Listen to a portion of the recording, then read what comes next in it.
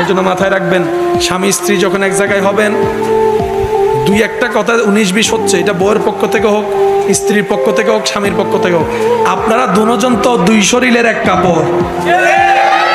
স্বামী স্ত্রী দুই শরীরের, আল্লাহ কোরআনে লেবাস বলেছেন, লেবাস লেবাস।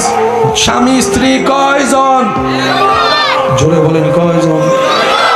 পোশাক কয়টা? স্বামীর পোশাক স্ত্রী, স্ত্রীর পোশাক স্বামী। আল্লাহ এটার মানে কি? রব বলে যে পোশাকের কাজ কি? গোপন করা, আড়াল করা। স্বামীর কাজ বউয়ের দোষ গোপন রাখা সবার কাছে, স্ত্রীর কাজ স্বামীর দোষ গোপন রাখা সবার কাছে। স্বামী বলবে আমার বউ বেস্ট, বউ বলবে আমার স্বামী বেস্ট। আল্লাহ রহমত দিয়ে তাদের সে বাঙ্গা গরম শান্তির ব্যবস্থা করবে। বোঝার চেষ্টা করুন কে প্রয়োজন কে প্রিয়জন। চিনি এবং লবণ দেখতে একই কিন্তু স্বাদ আলাদা। এজন্য আপনি চিনি না লবণ আপনাকে বুঝতে হবে। চিনি হইলে দু একটা বিষয়ের উপরে আপনার প্রয়োগ হবে, হয়তোবা চা, নয়তোবা মিষ্টি, নয়তোবা শরবত, এগুলোর উপরে। আর লবণ হলে সব তরকারিতে লাগবে। কে আপনাকে প্রয়োজন মানে, কে আপনাকে প্রিয়জন মানে, বোঝার চেষ্টা করুন।